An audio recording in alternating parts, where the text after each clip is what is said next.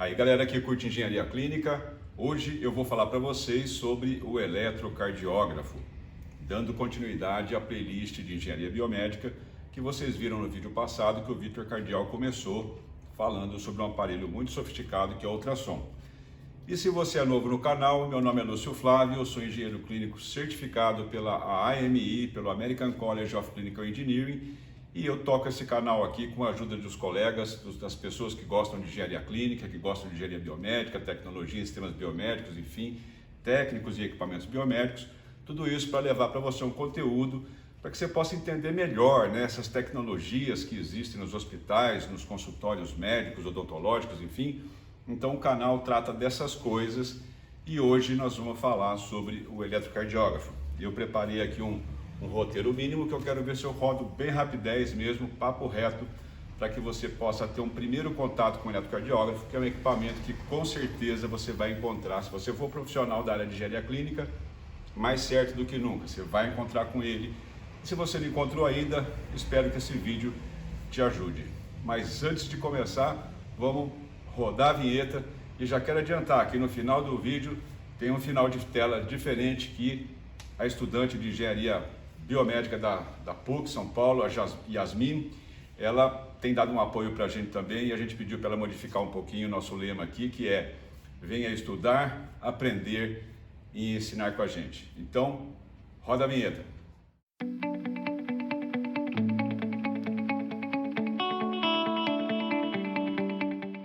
Bom pessoal, então vamos lá.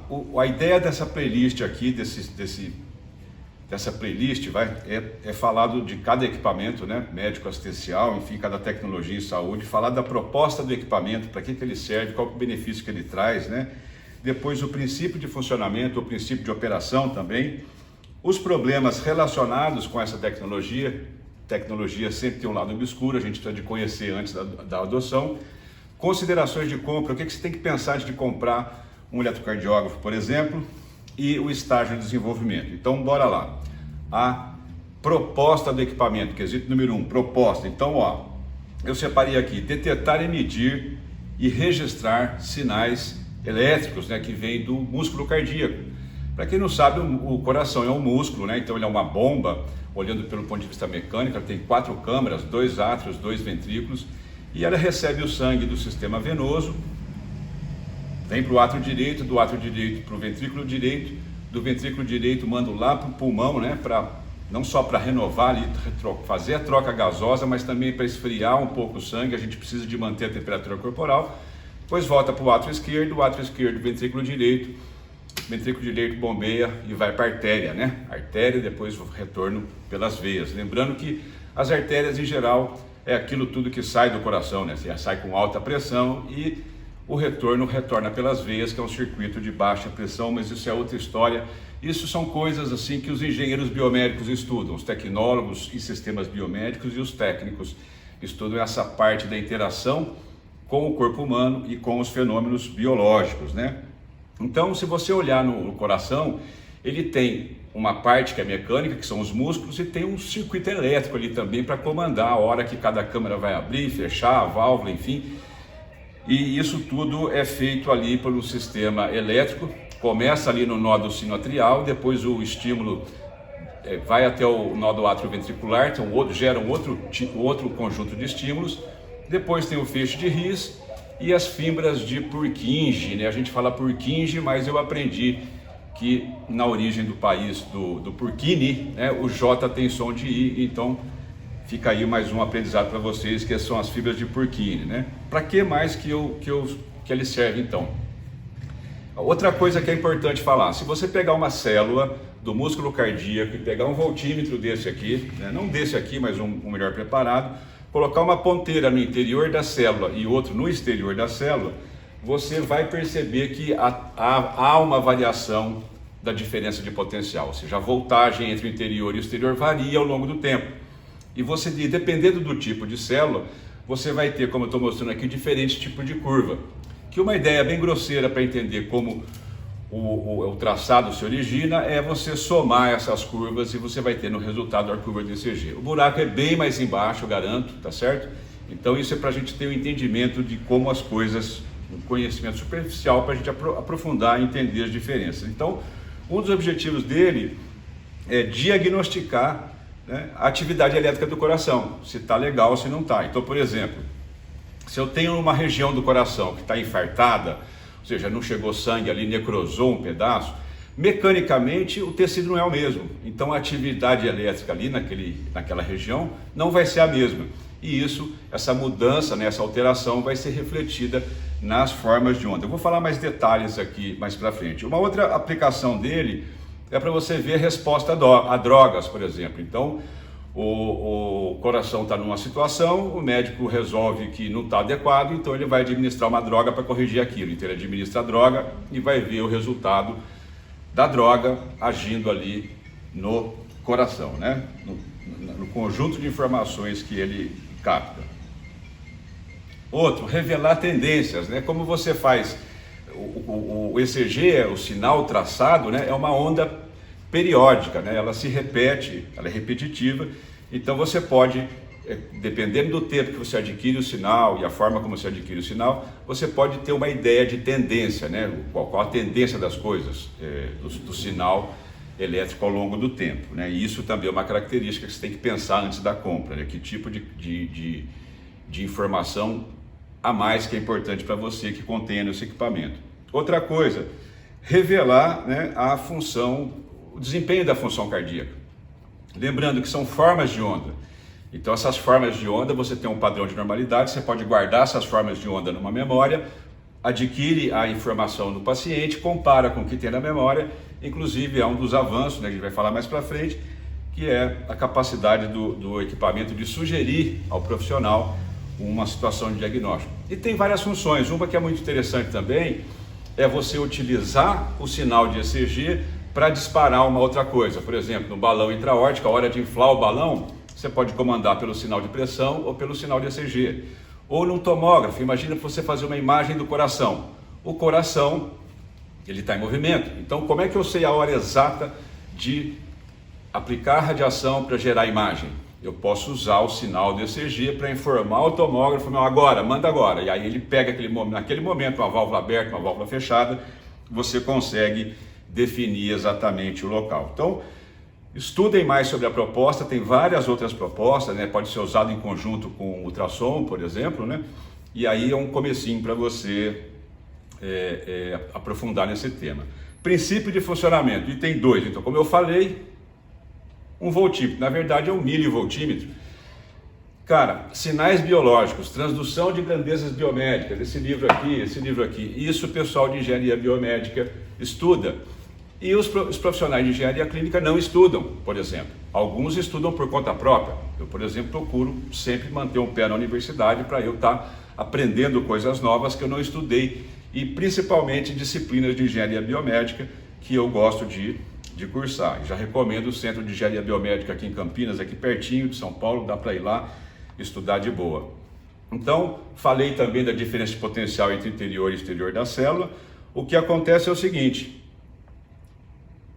o sinal elétrico é captado, a magnitude é milivolt, amplifica, trata o sinal, e você vai ter um traçado desse tipo aqui, onde é importante ali a amplitude do sinal, né? Nesse eixo, na vertical, nós temos milivolt, e no eixo, na horizontal, eu tenho tempo. Então eu tenho aí amplitudes, intervalos de tempo e comprimentos de segmentos, que isso me permite criar padrões de normalidade e comparar o resultado do exame com esses padrões de normalidade e permitir ao médico, cardiologista, fazer o diagnóstico da doença. Então, as formas de onda que eu captei ali quando eu fiz a medição, eu comparo com a referência e o médico pode fazer o diagnóstico ou avaliar o resultado de uma ação que ele fez sobre o corpo humano, sobre o paciente, e ver se isso melhorou ou não. O que mais que a gente tem no princípio de funcionamento? Bom, vocês já viram, preciso de cabos elétricos, né? Eu preciso de conectar cabos no corpo humano. Normalmente você põe um no braço direito, um no braço esquerdo, um na perna esquerda, um na perna direita e um comum, que é no meio. Existe logo aqui, nessa região aqui, eu não vou detalhar, aliás, existe a forma correta de colocar o eletrodo e a forma errada de colocar o eletrodo, que nós vamos falar nos problemas relacionados. Mas o fato é o seguinte, que o aparelho a todo instante ele está medindo a diferença de potencial entre dois conectores. Ou eu posso juntar dois e medir essa junção com relação ao terceiro. Aí são as configurações que vão te permitir analisar com mais detalhe o coração. Por exemplo, quando você coloca um 6 aqui nas precordiais, isso vai te permitir estudar regiões específicas do coração.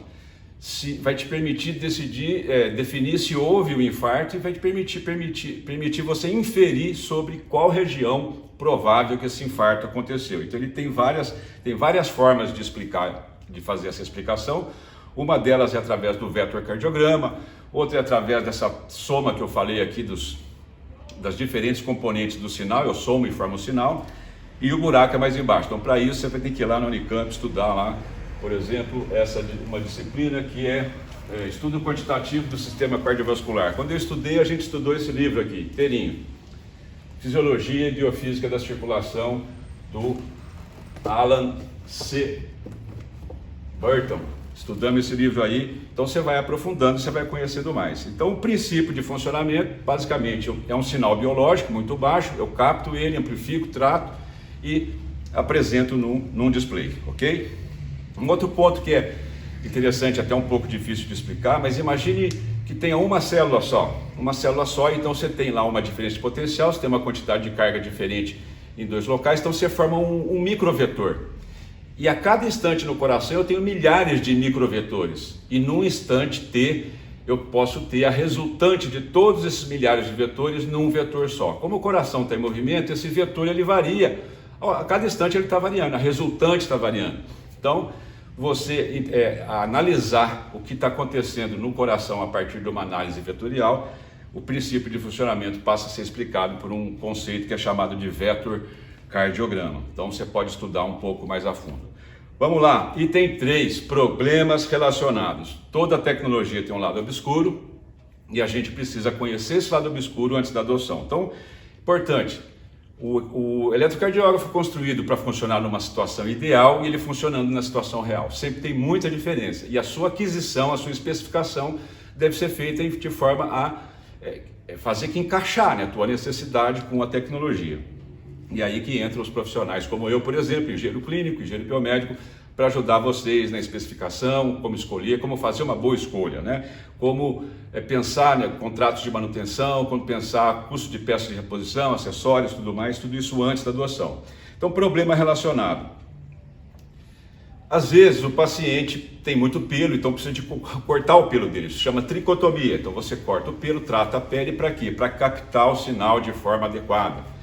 Lembrando que muitas vezes você tem o eletrodo descartável, que ele é um eletrodo pequenininho, já vem com gel ali, para um gel condutor de energia elétrica. É muito comum você encontrar no ultrassom gel de eletrocardiógrafo e no eletrocardiógrafo gel de ultrassom. Um gel de ultrassom é para conduzir onda mecânica, gel de ECG é para conduzir estímulo elétrico. Então, tricotomia mais uso de gel correto pode ser um problema, né, que está relacionado. Importante você orientar o paciente, né? Tem paciente que tem medo, né? Tem paciente que sente frio, tem paciente que treme, tem tremor muscular e isso atrapalha, né, a captação do sinal. Tudo isso são problemas que o aparelho acaba trazendo, né? Existe o próprio risco elétrico, né? No passado, hoje diminuiu bastante, segundo eu estou informado, os riscos elétricos, mas teve muitos acidentes no passado relacionados a esse tipo de equipamento. Só eu acompanhei mais de 30 anos a evolução dessas tecnologias, né? Ruído elétrico, né? Às vezes ele tem interferência. É importante saber que tem cabos que são mais preparados para trabalhar com interferência, em ambientes mais agressivos do ponto de vista eletromagnético, e cabos que são para uso em consultório mesmo ou na sala de exame de ECG. Mas os eletrocardiógrafos eles têm uma função que é um filtro para ruído de 60 Hz. Muitas vezes as pessoas não sabem para que isso funciona. Às vezes o ruído vem da própria rede, isso acaba atrapalhando a própria aquisição do dado, da informação pelo eletrocardiógrafo, e aí é só você ligar o filtro lá que você resolve esse problema. Se você ligar e não resolver o problema, aí você chama um profissional da área de engenharia clínica para ir te ajudar a resolver esse tipo de problema. Outra questão é a calibração, que é um problema. Vocês vão encontrar ainda hoje no mercado equipamentos que o operador precisa de calibrar. Então no passado, da minha época, o operador calibrava a amplitude do sinal, ele dava um pulso de 1 mV e definia ali que ele ia precisar de deixar formar uma onda, né, trapezoidal com amplitude de 10 milímetros, né, e isso era ajustado num trimpote. Também se ajustava a temperatura de estilete e a forma de amortecimento, se a onda não podia estar nem sobre-amortecida e nem subalortecida, tinha que ser uma reta. Então o usuário é que fazia isso antes do exame. Hoje isso acabou, não tem mais. Raramente você vai ver um eletrocardiógrafo que não passa num teste de calibração. Eu desafio aí algum colega a mandar para nós aqui um eletrocardiógrafo que não passou no procedimento de calibração e o ajuste que foi feito para corrigir esse problema, tá? Eles estão muito bons hoje, estão praticando, só está faltando falar, e em breve vão começar a falar também. E uma outra coisa que você tem problema relacionado, às vezes você compra um super eletrocardiógrafo e não usa tudo, você não usa nada, né? Usa muito pouco ali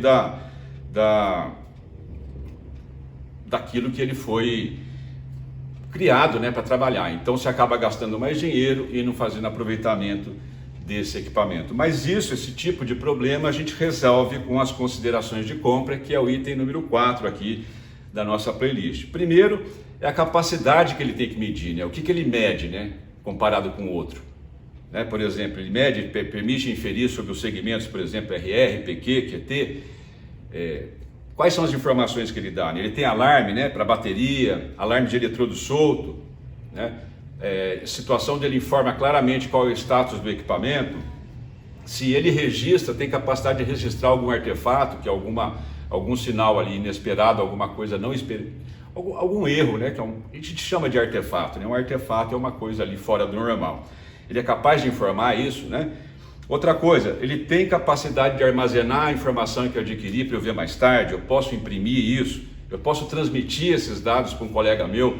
É fácil transmitir para um colega meu que está no outro hospital, um médico transferir para o outro, ou mandar para uma central de laudos, né? Os dados do paciente, conforme os equipamentos, vou falar rapidamente mais à frente, eles também têm capacidade de diagnosticar. E aí, se você não informa idade, peso, altura e sexo, o computador do equipamento ele fica com menos informação, menor quantidade de informação, e aí essa sugestão da interpretação da forma de onda fica comprometida. Outra consideração que você tem que fazer, se ele tem registro de data e hora. Normalmente todos têm, né? Alguns mais velhinhos não têm a data e hora.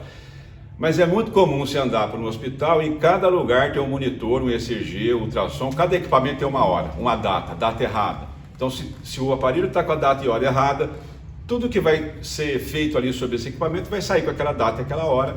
E às vezes para o médico, às vezes não, com certeza para o médico é importante quando ele lê um papel ele saber quando a data e a hora que aquela informação foi gerada, né? O equipamento tem capacidade de ajuste de sensibilidade, ou seja, qual que é a relação entre milímetro por milivolt, né? 1 milímetro vale quantos milivolts? Isso é o ajuste de sensibilidade, a velocidade do traçado, né? Os tipos de derivação, como eu falei lá, as derivações mais comuns são D1, D2, D3, AVL, AVF, AVR. Essas 6 que são combinações, né, das diferenças de potencial que eu estou medindo. E tem também as precordiais, que vai de V1 até a V6, que são outras formas de onda que ele também pode gerar conforme você configura o equipamento. Ainda aqui, com relação à consideração de compra, preço, né? Preço é importante, custo de acessório, custo de papel. Você pode usar qualquer papel, tem que ser papel do fabricante. Quanto custa o rolo? Quanto custa um cabo de ECG? Quanto custa eletrodo? Quanto custa um conjunto de bateria? Tudo isso você pergunta antes de comprar, para não ter surpresa depois quando você precisar. Então, bora lá para o item número 5, que é o estágio de desenvolvimento. Evoluiu demais, né? Do ECG3, que foi onde eu comecei a trabalhar, esqueci o nome, que é T15, Trim3, né? Da Philips, que era a tecnologia da HP, né? Depois a HP vendeu essa parte médica para a Philips e a Philips continuou, era o A1000, HP, esqueci o nome do HP, mas era fantástico o aparelho e eu gosto muito do Trim3. Quer dizer, quem sou eu para falar que o Trim3 ou qualquer ECG que está no mercado é uma porcaria, né? O cara tem que estar muito ciente para falar que uma tecnologia dessa que passa por registro, desenvolvimento, enfim, é uma porcaria. Tem que entender se não está funcionando bem, por quê. Então vamos lá, estágio de desenvolvimento, aquisição simultânea. Você vai ver um eletro aí, que é o ECG6, né?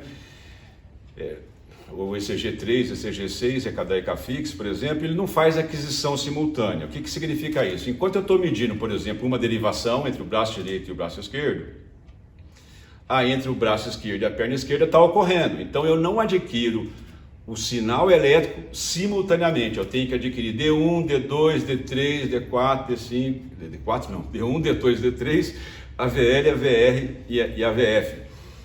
Então assim, aquisição simultânea significa o quê? Eu faço aquisição de todas as DDPs, né, ao longo do tempo no mesmo instante. Então isso foi um avanço muito bom, muito grande, né?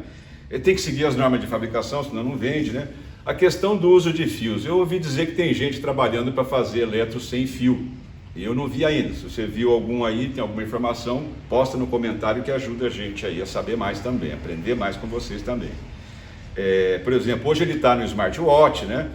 Você tem a questão da interpretação, que é uma coisa já bastante velha, mas é pouco usada ainda.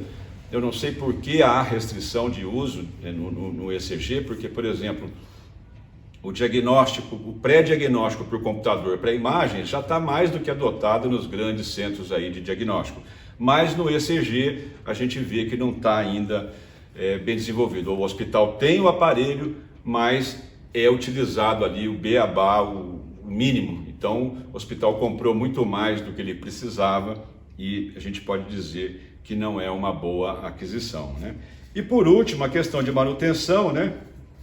Dá muito pouco manutenção. É o mesmo problema que o Vitor mencionou no ultrassom. Se o aparelho anda muito, passa pela mão de muitas pessoas, a probabilidade de ter problema é muito maior do que aquele ECG que está ali na sala de exames, é operado por 2 ou 3 pessoas ou 4 pessoas somente, não dá problema nenhum. Então praticamente não tem calibração mais do operador e a calibração de amplitude, amortecimento, temperatura do estilete, que agora é tudo impressora térmica, tudo sumiu, desapareceu, não tem mais que fazer isso. Outro ponto, como é que a gente faz os eletrodos, né? Você tem um eletrodo tipo garra, você tem eletrodo tipo pera, que você faz um vácuo assim e cola ali na pele suga ali a pele do paciente, faz o contato elétrico. E você tem um descartável. Cara, quando você vai fazer diagnóstico, olha para os eletrodos, principalmente os de pera. Em geral, o pessoal enche aquilo lá de gel, muitas vezes não é o condutor, né? E fica uma bagunça, fica horroroso. Então, você olhando nos eletrodos, é igual o desfibrilador, olha na pá que já conta uma história para você. E olha ali na forma, no tipo de eletrodo que é usado, às vezes tem muito Zinabre, usa uma vez, não usa, fica muito tempo, fica o gel ali, o gel não é limpo, então tudo isso é importante. A gente tem um vídeo aqui que eu fiz com o Eli sobre fomites, né, que são aqueles artigos que entram em contato com o paciente, então você vai ter que pensar quando, se você vai ali fazer limpeza, se você vai fazer desinfecção, ou que conduta você vai ter com relação a esse equipamento. Cola na CCH, eles vão te dizer com detalhes o que você precisa fazer, o que pode ser feito, né? Checar, né, a bateria, se tem bateria, checar que a bateria esteja ali carregando o equipamento, e a limpeza do carrinho, onde ele está, né, se ele é móvel, né, o rodízio, se tem fiapo no rodízio, e a integridade ali do cabo, né? O cabo é um segredo muito importante. Conexão elétrica é igual falta de lubrificação na mecânica. Então por isso que você precisa de fazer tudo direitinho. Problemas de operação, né, do equipamento acabam levando a problemas de manutenção. Mas em geral o eletrocardiógrafo é isso para começo de conversa, né, que é a proposta da playlist. E é isso aí. Se você está gostando do canal, se inscreva, deixa seu like, compartilha, tudo isso ajuda muito a aumentar a relevância do tema engenharia clínica, engenharia biomédica, tecnologia em saúde nas redes, né? E ajuda o canal a crescer, né? E trazer mais gente, mais pessoas como você para assistir o canal com a gente. Também aproveito e convidar você, se você tem um vídeo, quer mandar um vídeo nessa estrutura desses tópicos, desses 6 tópicos que a gente vem comentando, é muito bem-vindo, a gente pode ajudar você no roteiro, o que pensar, porque se for falar de uma tecnologia do jeito que nós estamos falando, não dá, né? Tecnologia dessa você precisa de horas e horas e horas para explicar, mas é um começo para vocês se interessarem para a área e entenderem a importância de se aprofundar, né? Cair nos livros para tratar de questões mais específicas que em geral são assuntos da área da engenharia biomédica. Então é isso aí, e no mais, muito obrigado pelo seu tempo. Valeu!